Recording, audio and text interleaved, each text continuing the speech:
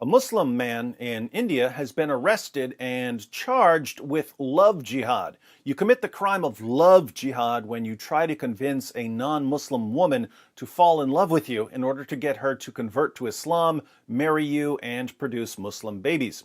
That's the accusation against Muslims in certain areas of India, but YouTube calls it a conspiracy theory. Let's read a bit about the current case, then I'll share my thoughts and I'll invite you to share your thoughts. CNN reports, police in northern India have arrested a Muslim man for allegedly trying to convert a Hindu woman to Islam under a controversial new law that has sparked widespread outrage and protests. The 21-year-old student was arrested on Wednesday in Uttar Pradesh only days after the state enacted the law targeting love jihad, a term used by radical Hindu groups who accuse Muslim men of attempting to convert women of other faiths to Islam. Uttar Pradesh enacted the anti-conversion law, which makes forced or fraudulent religious conversions a non-bailable offense with a maximum punishment of 10 years in prison on Saturday. According to the law, a marriage will be declared null and void if the conversion of the woman is solely for that purpose. Those wishing to change their religion after marriage need to apply to top district authorities.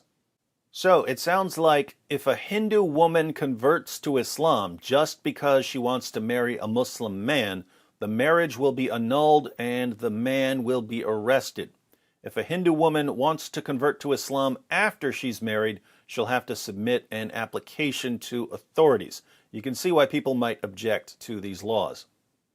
The same day the law came into effect, a man named Tikaram Rathore, CNN says Ratone, that's a typo, filed a report to police alleging the male student was trying to coerce his 20-year-old Hindu daughter, who is married, to convert to Islam and marry him. Now, if this is correct, the Muslim student is doing something pretty bad here. He's trying to coerce a girl to convert to Islam, in which case she'll have to immediately divorce her Hindu husband because a Muslim woman isn't allowed to be married to a non-Muslim man. And obviously the student wants the girl to then marry him. So there are two basic questions. One, is that what this Muslim student did? And two, should he go to jail for it? CNN is typically garbage when it comes to details, so let me know in the comments if there's more to this story. Rathore, see, they got the name right here, alleged the man had developed a friendship with his daughter at school and wanted to coerce, coax, and allure her into converting.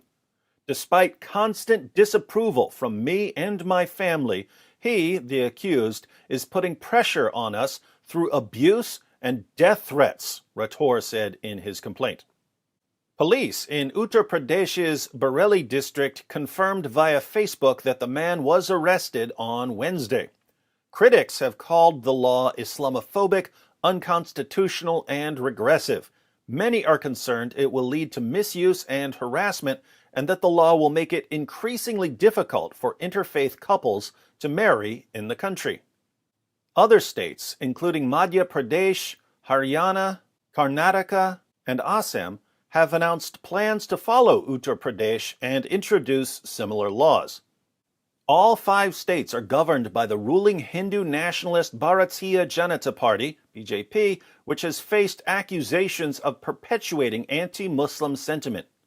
So, love jihad is already a crime in one state in India. 4 more are about to enact similar laws. The BJP, led by Prime Minister Narendra Modi, has come under fire for similar laws before. Last year, the BJP-ruled state of Himachal Pradesh amended its anti-conversion law, prohibiting conversion by misrepresentation, force, fraud, undue influence, coercion, allurement, or marriage. It also introduced non-bailable jail sentences for the offense. Critics of the BJP say religious polarization has increased since Modi swept into power in 2014. Hindu-Muslim marriages have long attracted controversy in India, but tensions have ratcheted up lately with the concept of love jihad dominating headlines in recent months. All right, I have mixed feelings about laws like this.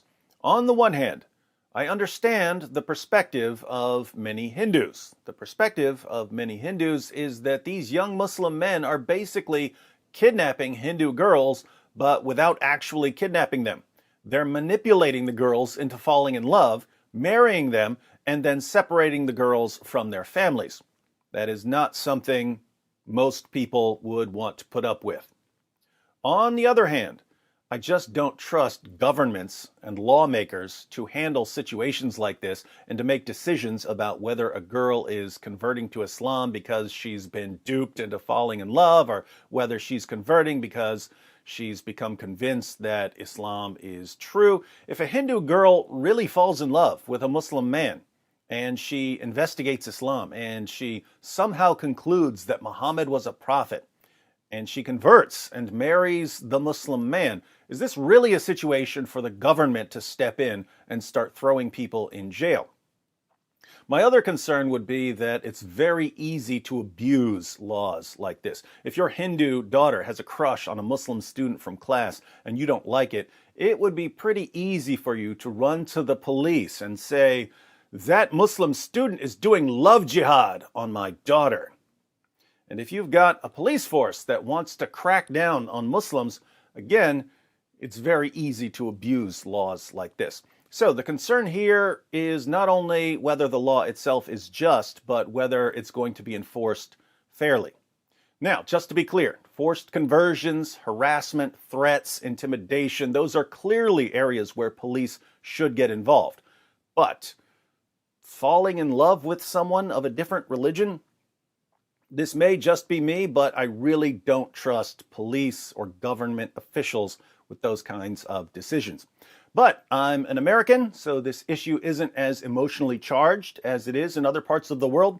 So I'd be interested in hearing what you think, especially you Hindus, whether you're for these laws or against them. Let me know if I'm missing anything here. Also, if you have any stories that will shed light on this issue, please share them in the comments section. You Muslims as well. If you're a Muslim, let me know what you think about these love jihad laws. And after you share your view on these laws in India, please tell us what you think about laws in Muslim countries that prohibit efforts to convert Muslims to another religion. Also, tell us what you think about the death penalty for apostasy in Islam. Does it make sense for you to oppose love jihad laws in India while your prophet called for the beheading of anyone who leaves Islam? Be sure to comment.